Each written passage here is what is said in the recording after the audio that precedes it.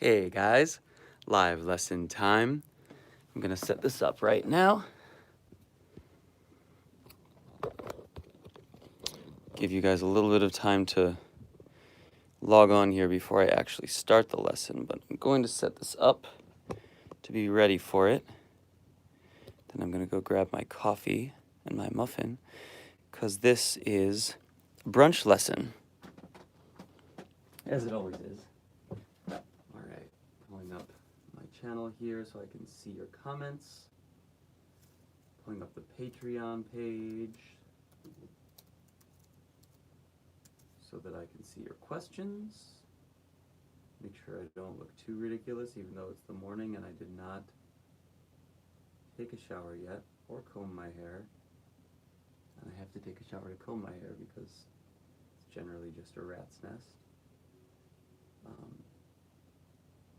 But that's okay because we're just talking about piano. Go to my channel. And there's me. Where's me? Live now. Weekly live piano lesson. Boom. All right, 3 of you guys are watching. That looks pretty good to me. Oh, cool. Great. All right. Hold on 1 second. Just grabbing coffee and muffin, and then we will begin.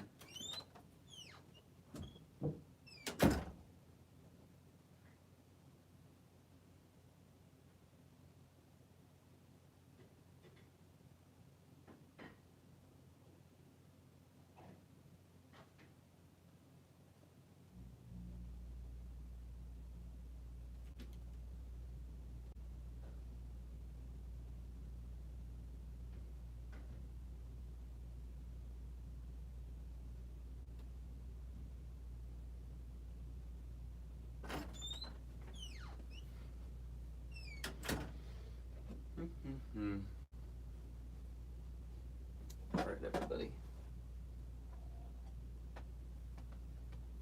All right, everybody. My published posts on my Patreon page. Going to the next lesson section where I can see the questions that were posed this week. Okay, so Rachel has a question for us, which is, by the way, thank you, Rachel, for participating so much. I think every week we have a question from Rachel. So the question is, are there any chord substitutions for minor 7? And if it's the tonic, is it better to use major 7 rather than flat 7? Are there any chord substitutions for minor 7? And if it's the tonic, is it better to use minor major 7 than flat 7? Okay, so that's a question that the answer to that is actually up to 2 things. One is the context of the song, where the melody is in relation to the chords, and the other is up to your own intuition at that time. I use minor major 7, or minors with a major 7 in it, like that. I use it all the time, and it's a beautiful sound.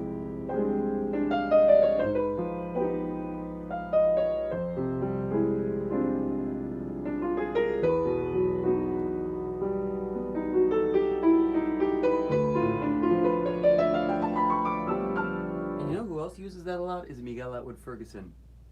Brilliant string arranger. I had the privilege of doing a show with him a couple days ago on Saturday at the Blue Whale here in Los Angeles, and man, he uses minor major chords in such a brilliant way. He also uses diminished chords in a really cool way in his compositions, but that's for another lesson. Anyway, so so to answer your question, Rachel, firstly, so for chord substitutions, there is something that I use so if I'm in C minor, there are different ways that I think of that C minor, and there are substitutions that I put in my mind to help me expand upon that color-wise. But they're not really substitutions for the minor. They're like different ways of thinking about the minor. The first way being, if you if you base your root on a different you base the triad on a different scale, starting at a different root that uses the same diatonic minor, like the same natural minor scale. So that's your minor scale. And a very effective triad to use over that is the A flat minor triad. And it creates a cool deceptive quality because this is not a strong note. This is actually a moving note. This wants to move there. The flat 6 always wants to move to the 5. And that's because of the tritone being here, the flat 6, and the natural 2 moving outwards to the 5 and the 3, which, by the way, as I've shown in some of the classical theory lessons, it can also move inwards to do metric modulation.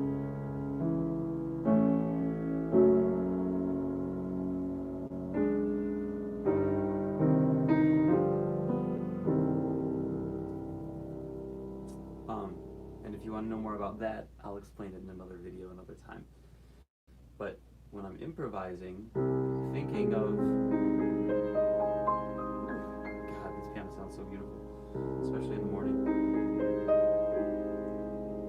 I'll create melodies based off of the A flat minor triad.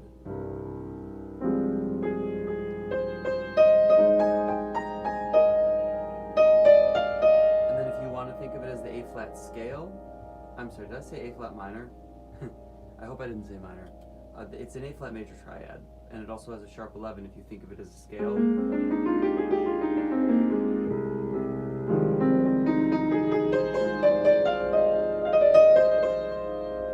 And the most effective thing this does, it makes you place your goal notes in different spots that you wouldn't normally expect. And you hear this in a lot of folk musics from different cultures, where they have a scale that starts on a different note that is like the sort of tonic of the scale is not actually the most comfortable goal note like we have in Western scale, like in Indian music, which I know just a little bit about. That's something that's much more common. You'll have like this, but then you'll have your scale like.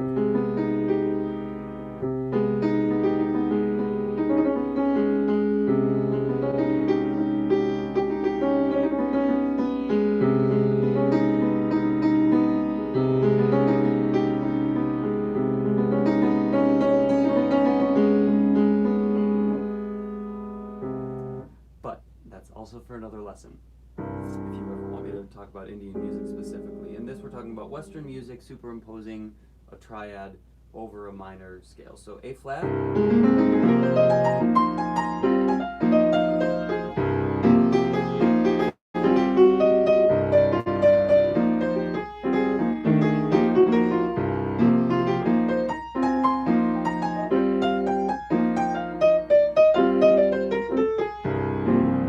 That my goal note and using that as the triad over it. But the cool thing that you can then do is use that and do chromatic planing with it to build different colors. So what if you bring that up a half step? And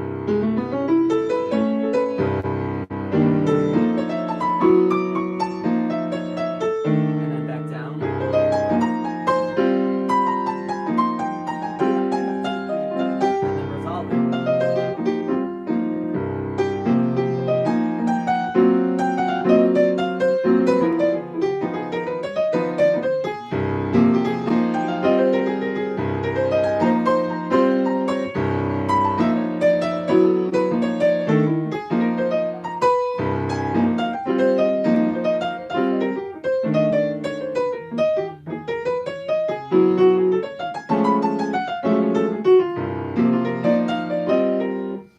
So, no, that's the idea. Superimposing that, planing it around, and then building off that. I also did some other planing, like in my mind at some point in that improvisation. I went to like the F sharp minor, minor major over C, and then I resolved it to the F, which is kind of cool and weird, but it works.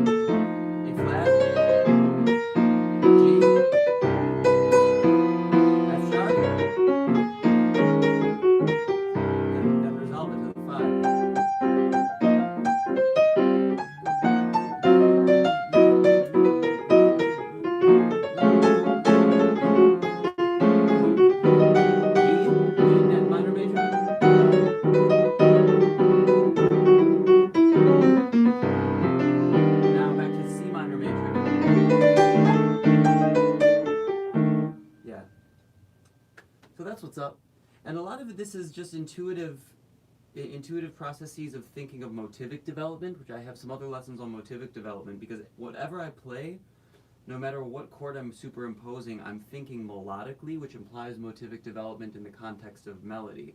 That's why it sounds good. That's why the things I'm playing make sense, even if they're over very dissonant keys. You're still playing music that makes sense if the motifs... I mean, there's music that has no tonal center whatsoever. It's like...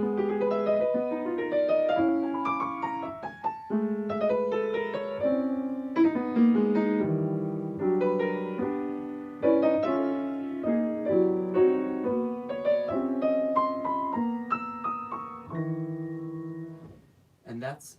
Playing stuff like that actually uses motifs, but doesn't have a tonal center at all, which that is a lineage that stemmed from the explorations of composers like Bartók, and went through the lineage of Schoenberg and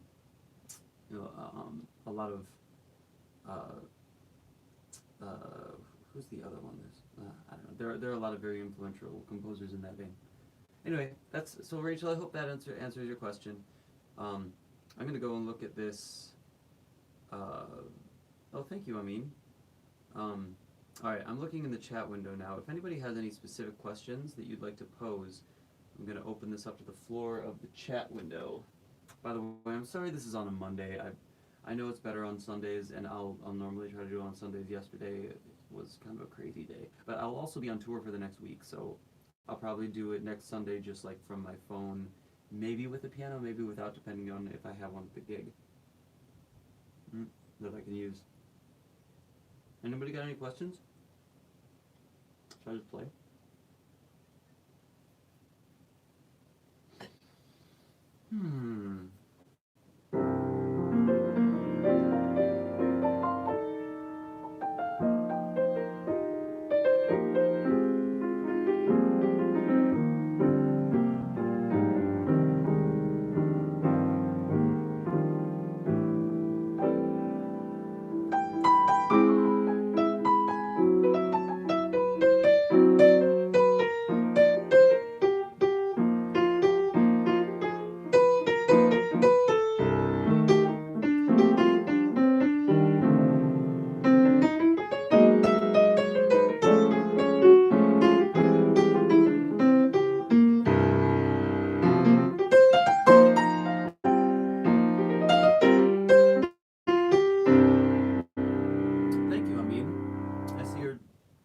Says, I just wanted to thank you. I watched so many of your videos and it's helped a lot.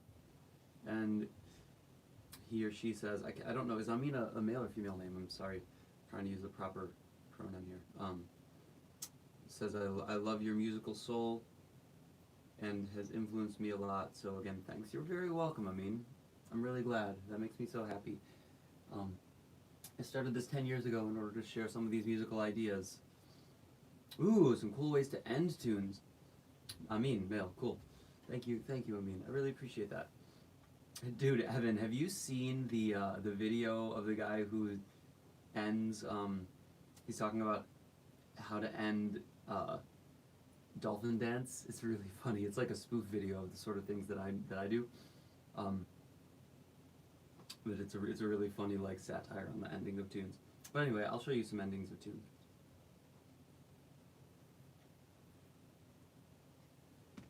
Let's do Stella by Starlight. So, play the tune.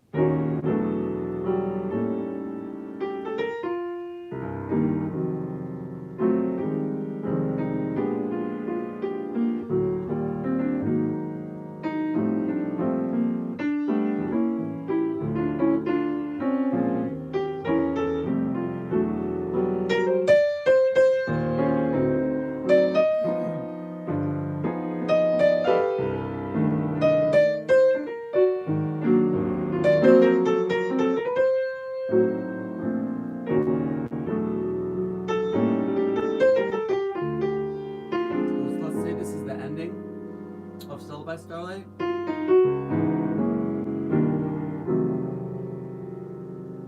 Then, so what I normally do when I end this tune is I go up to the 3. A lot of people do this. So it's in B flat, so that the 3 would be D half diminished, then you repeat that ending sequence, which in Stella by Starlight is C sharp. It's the minor. It's the substitution. The 2-5 substitution. So up a half step. Now 2-5 to 3, and then you can repeat that. And then you can also solo a little bit over that.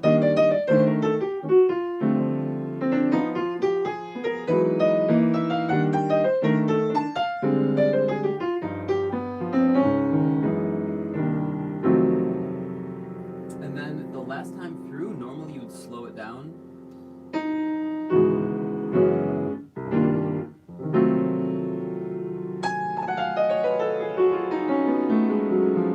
What I just did was I did a scale over the F sharp minor major that hits all of the extension tone, upper extensions of F7.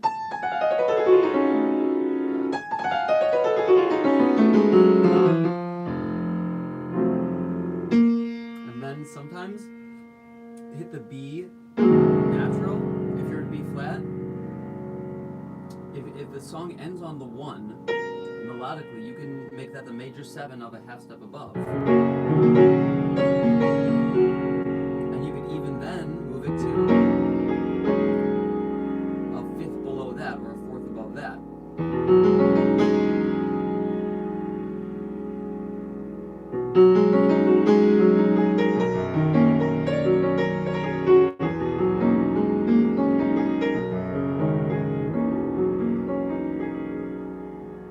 And then eventually land on your 1. So that's a way to end the song. If I were to like do that, so this is the end of Stella by Starlight.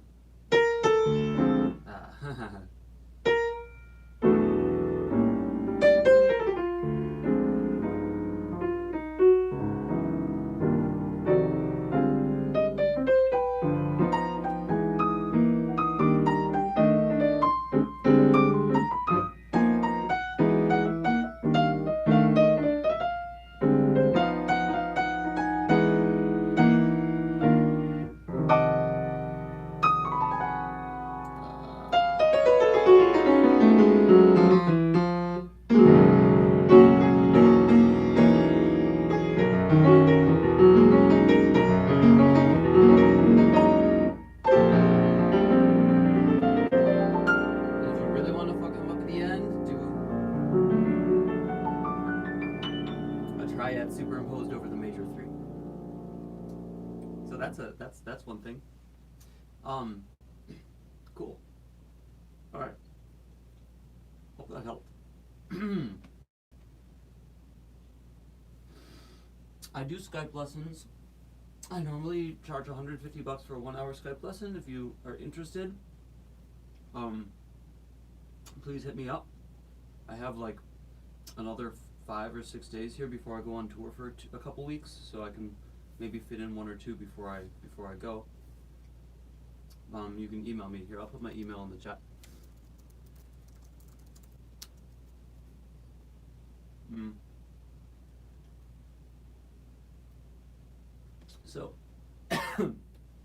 So now for another question. Are there any tips you have for building a theme in a composition? I'm writing an album currently and I have good structure or head, but I'm having problems developing my theme into a song that doesn't sound like One Room. That's a problem that a lot of people have. There's a foundation,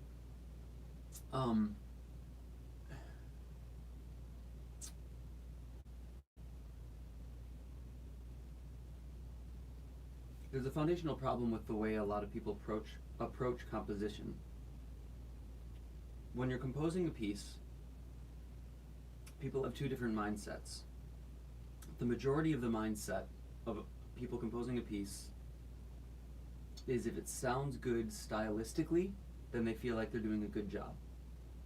That's a big problem. But that's the way that most people compose. Like if I'm composing a jazz piece, if it sounds like the other great jazz pieces, then I'm happy. And that's wrong. That leads us to create tunes that don't have a depth of emotion, because the emotion comes from something that is beyond style.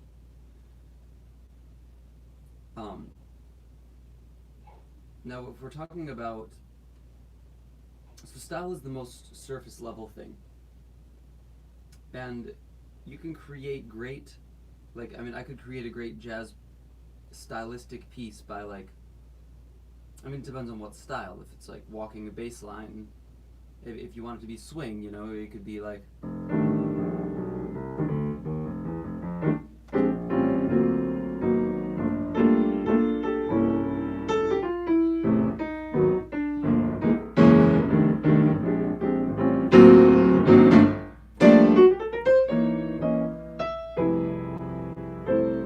So I could do anything like that and it'll sound fine, but that has no depth of creativity behind it because I'm simply accessing the surface level of style. Below that is this place where your intuition connects with general compositional ideas. Those compositional ideas can line up with the style, and they always do to some extent because it's all references of vocabulary that we have from our human history of music. However, the way that intersects is completely devoid of any stylistic consideration. And there are some things that help us access that deeper level when we're writing. So here's how I get to that access point. First of all, at least lately, this is something I've been doing much more lately, is I do less technical exercises and I do more musical exercises, like ones that I've shown you. But here's a musical exercise that I do, and I'll do an actual video on this at some point. But I do a blues. This is one that Ruslan Sirota showed me a long time ago, actually. But I've been doing it and it's been helping a lot. So you have a blues playing in the background and you do an exercise where you try to keep a motif in your head for a period of 4 ideas. So the first idea is like, let's just say that's it. Actually, let's just make it simpler.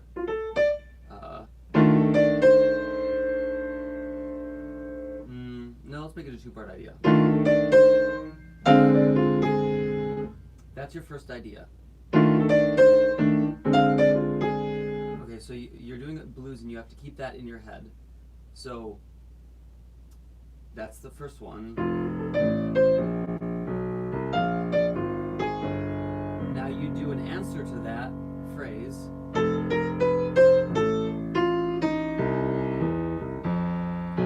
Now you do a second phrase, and it could start out with whatever. You could do it similarly to the first phrase. But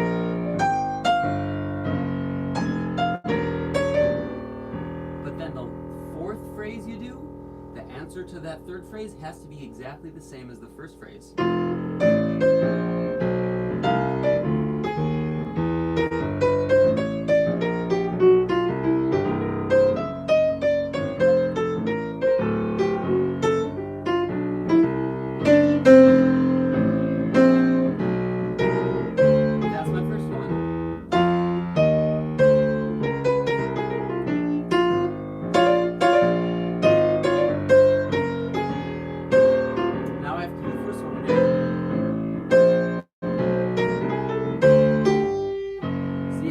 Succeeded at that, but I didn't quite get it because it's hard to do. When you're being creative, it's hard to keep the ideas in your head for a long period of time. But both compositionally and improvisationally, that's the most important thing to do, to be present and have an idea stay in you. First of all, have the idea be genuine enough that it actually comes from you, and then have the idea stay in you for the extent of it, so everything you do extrapolates upon that idea. That's the most important aspect when you're composing. So, anyway, that's an exercise, and I'll extrapolate that out in a different video a little more.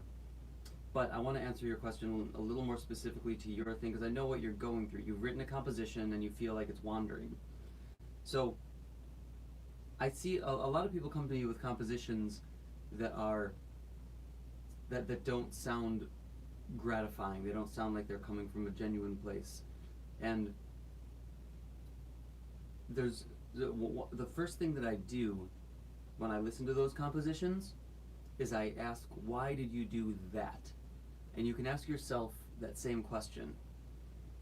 Like, play the composition and think, okay, it went to this chord over here, like 5 bars in.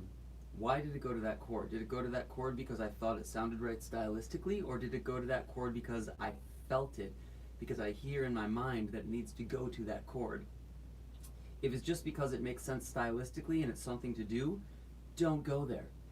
You don't need that chord. You don't need lots of chords. You can make an entire composition on one chord, but if the movement of the chords is not there because it has to be and because it's coming from a place where you hear it that way, then you don't need to do it. And you absolutely should not do it, because then you're just then you're diluting the palette of that which you are using. Like if you look at a painting or a photograph or a piece of architecture or anything, it uses the best things use the most limited amount of ideas and then extrapolate upon those ideas.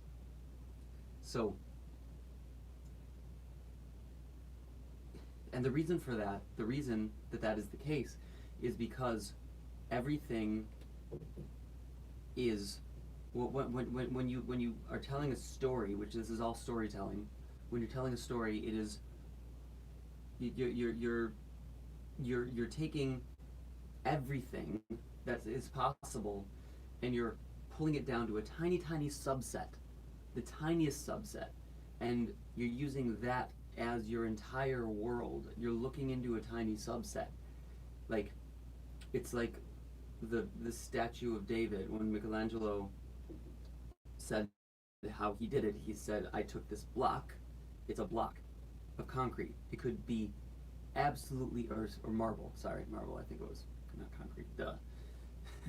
Shows how much I actually know about art. I know very little, but I know what the statue of David is. But he took this block, I'm pretty sure it was marble, and he carved that body out of that marble with every little element being specifically oriented towards a vision. It could have been literally anything that was carved out of that marble, but it ended up being something so specific that it was brilliant. If we were to play everything on the piano, it's nothing, it's nonsense. If you're to play one note on the piano, it's something. And you can use that, and you can make an entire composition out of that one note if you want. People do. Because you have so many elements of that note. You have volume, you have your attack quality, yeah, and you have your rhythm.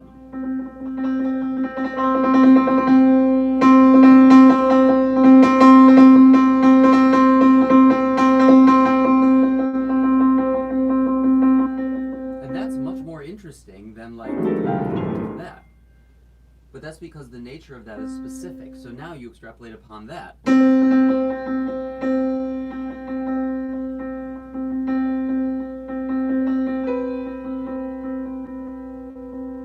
Now you've said something. Like I have my ostinato here. And now I say something again that's in reference to what I just said.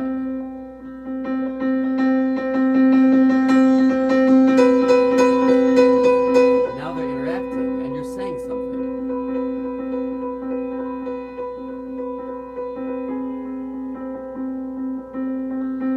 And it creates inquiry, it creates interest. So look at your, anyway, I'm going to step back for a second. Now look at your composition, and I can do more on that further. Let me know if you want more. But look at your composition and take out all of the pieces that aren't coming from your heart and aren't necessary. And then look at the pieces that are and sit with those and listen to them and see what comes from those, so that you're creating something that's focused based on an idea rather than something that's unfocused based on everything that then eventually becomes completely meaningless.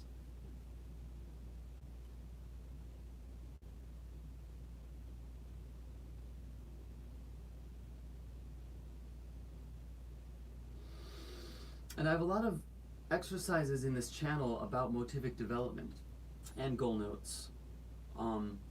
So go back through my videos and watch those. Yeah, I think that's a good amount of stuff for today. I don't see any other questions. So tune in next week for the weekly lesson. It'll probably be on Sunday, and it'll probably just be me talking to you. But if you have questions, put it on my Patreon page. I'll put it up in the chat here.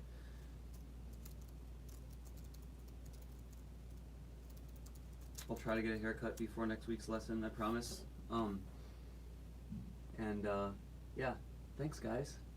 This was a pleasure, and keep practicing. Let me know if you have questions. You can leave them in the comments on this video. And I look forward to talking with you guys more soon. Uh-oh, Amin says one last thing. What you got? Let me know. I'll finish my muffin while you're typing. I think I did a walking base video. I have a walking base video somewhere on this channel. I have like 300 videos, so it's hard for me to, I need to categorize them. But there's something on walking base. But if you really want to learn walking base, listen to Jimmy Smith. Listen to Jimmy Smith, The Sermon. It's a 20-minute blues. And he does like 2 bass lines throughout the whole thing. And just transcribe that. That will give you the most soulful blues bass line possible if you do that. It's like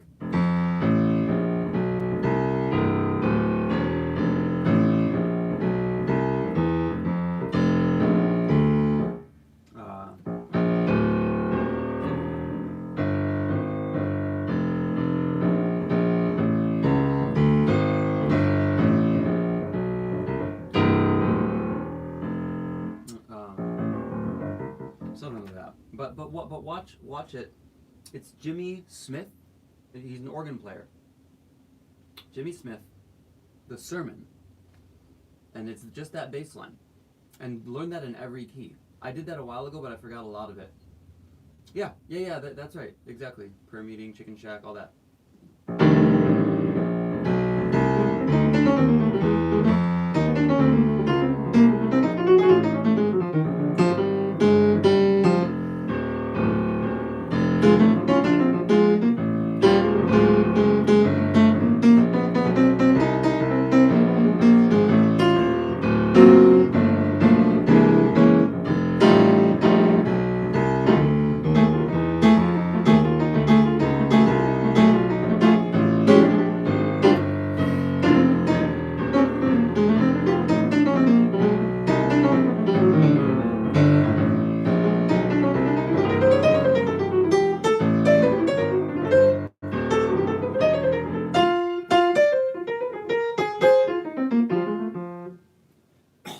Excuse me. Oh man. All right. Well, we're getting more questions now. Maybe I'll continue answering a couple more. Because Simon, a new name I haven't seen. I don't think I've seen you before, Simon. Welcome. When you play some chord progression, how can you move it out but not destroy the audience ears and stay in the same key? A lot of people ask about playing outside the changes. The thing that ties together your solo, no matter what you do, whether you're inside or outside the changes, is melody and motivic development. So let's just say we're in C minor. Dorian, really?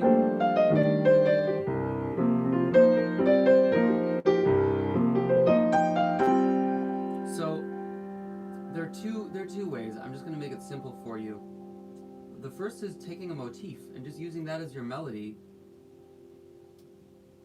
And this is an oversimplification of it.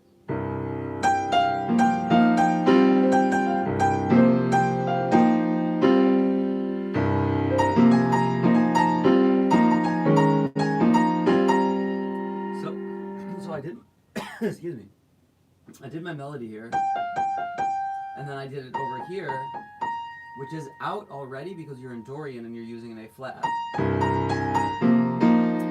Now take that. Yeah, McCoy did this all the time. Now extrapolate even further out, and now superimpose something. Here's something McCoy did a lot, and this is what started his journey into what eventually became atonal motivic use, but it was never actually atonal. I mean, it always had a tonal center, but then it never even was like atonal over that tonal center. It was always chromatic planing with a goal. So now I'm here. These two notes fit into the A flat minor scale. So now pick these two notes on the A flat minor scale.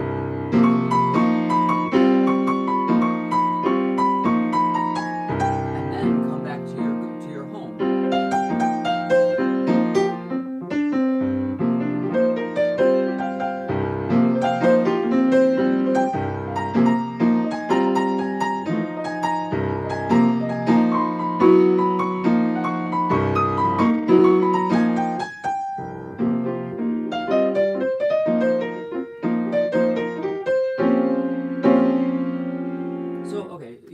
I guess the shortest answer to your question is nothing is actually out. But there are superimpositions. So what I just did at the end there is that. Now I'm in the Phrygian scale, but I'm thinking of it as B flat minor or maybe B flat Dorian. And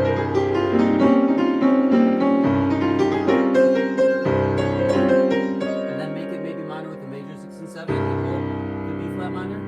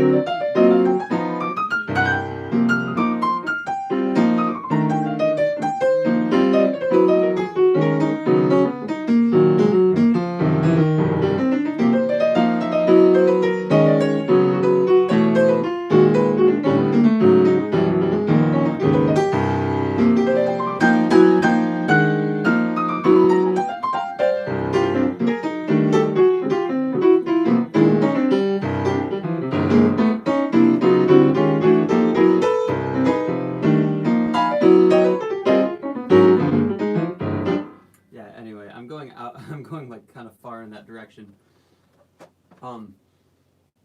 But that idea, everything I was doing right there, none of it was random. It was all building upon superimpositions. So to get there, to really understand it, like start slow, pick a motif, see how it sounds in different keys.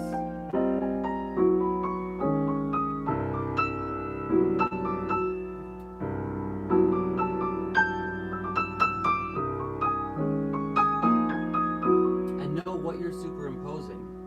Put it in your head. When you're playing it, you don't need to think about it. You will notice it, but you don't need to think about it, and you don't need to preempt what you do with thought. That will hold you back. You need to just play. But it's good to have enough practice so that you notice exactly what you're doing. So if I play that, I know I already see the landscape of A flat minor over C minor.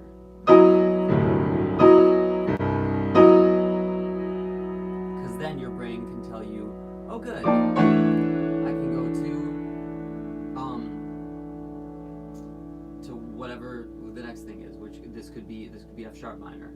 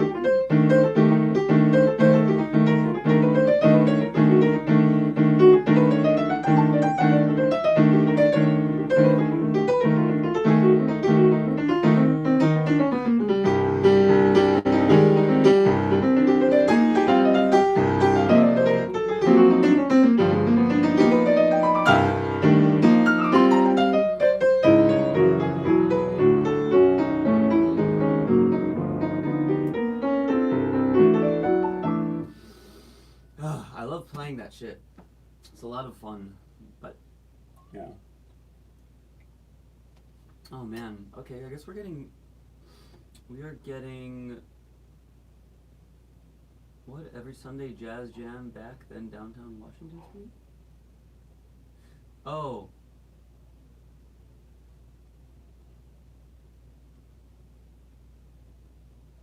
I don't know what you're referring to, Michael.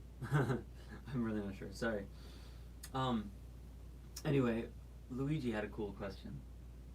What's the most effective way to improve time, feel, and rhythm? I went through a lot of this in my development. One really, so if you're a piano player, a deceptively cool way of getting better rhythm is learn to play drums. I have a drum set in my studio. I'll show you. Check it out. That's my drum set over there. I also have an upright bass. Now, I practice on those because, I mean, I don't practice on them all the time, but I've had periods in my life where I've practiced on them, and it's always been effective because if you put on your favorite recording and play drums to it, if your time's not good, you'll slow down or speed up. And you shouldn't be doing that. Your time should be good enough. If you're playing any instrument, your time should be good enough to keep a beat on the drums the same as whatever recording or similar to whatever recording you love, and to keep it the whole way through without fucking it up. So do that, and your time will improve. Now the other way is pick a great, actually Latin piano. Learn some Latin piano. I've got a great video on Latin piano on this channel with a guest who came in. I can't remember his name. Really cool guy.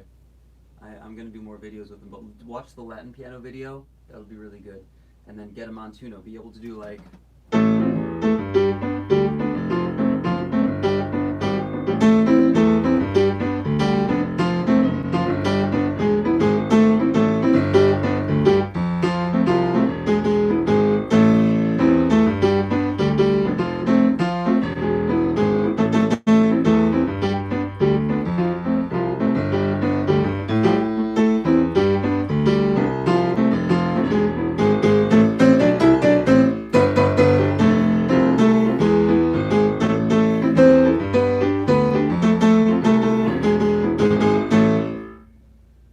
So, be able to do that, and if you don't have access to a drum set, I mean, buy drumsticks and hit on a box. It doesn't matter.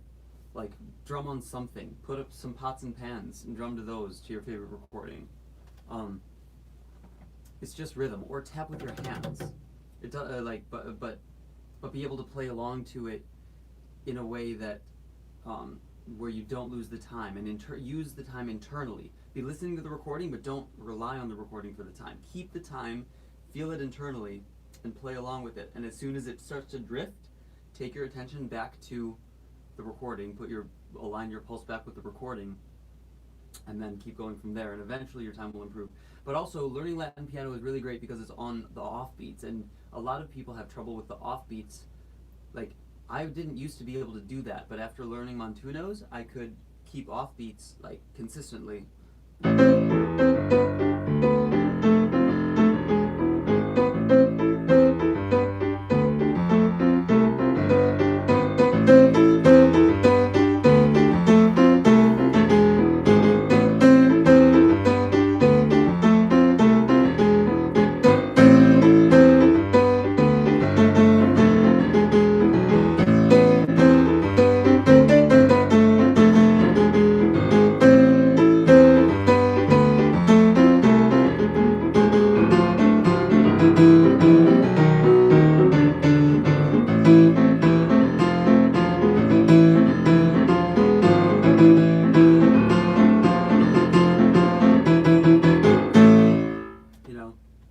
That stuff is really, really helpful. Yeah, Dave Liebman, that I didn't know that he said that, but that's a great idea. Like, take a stick and a cymbal and just play it. But play it like along with the recording, so that you know if you're fucking up the time or not. I do that. I love playing drums to Keith Jarrett because it's so fluid. Like, Jack DeJohnette's playing is so fluid. if you get off, which it's easy to do, is like to get off rhythm, you know you're fucking up. But their rhythm is so precise but so fluid also, and that's a really fun. It like opens up my heart to play drums to the Jarrett Trio recordings, even though I'm not a professional drummer. And then also play along to other recordings. Play to your favorite recordings, and then another cool thing to do, another effective thing is get Drumeo, which is an app, and download a few drum beats, like $5 to download some drum beats or whatever, and play to those, but like play standards to those. Now, in addition to that, I have some videos on how to improve your time by like having a metronome and then taking away beats of the metronome. You should do that as well. That'll help you improve your time. But feel is different than time. They're related, and both very important. So that'll help you improve your feel and your time. Yeah, guys. All right. I feel like that's good. This has been a 47-minute stream. We started at 11 a.m. The brunch stream, Monday brunch. Hopefully it'll be Sunday soon. Next week it'll be Sunday brunch, or whenever I'm able to do it. But I'll post it on my Patreon page, which I have in the description here. Oh, I don't have any walking bass videos up. Are you sure? I know it's somewhere in there. It's in one of the lessons or something. I know I've talked about it before, unless I just forgot to put it up. But anyway, I did a little bit of it on here. I'm gonna put this video up so you can go back and watch it, and then transcribe the Jimmy Smith sermon bass line. And if you transcribe that and you make it into sheet music, send it to me and I'll upload it for everybody else to view too. I appreciate when anybody gives something to the community, because this is all about giving to the community. Thanks, guys. Have a great Monday. Happy practicing. Let me know if you have questions. Leave them in the comments of this video. And I will see you next week. Thank you. Peace.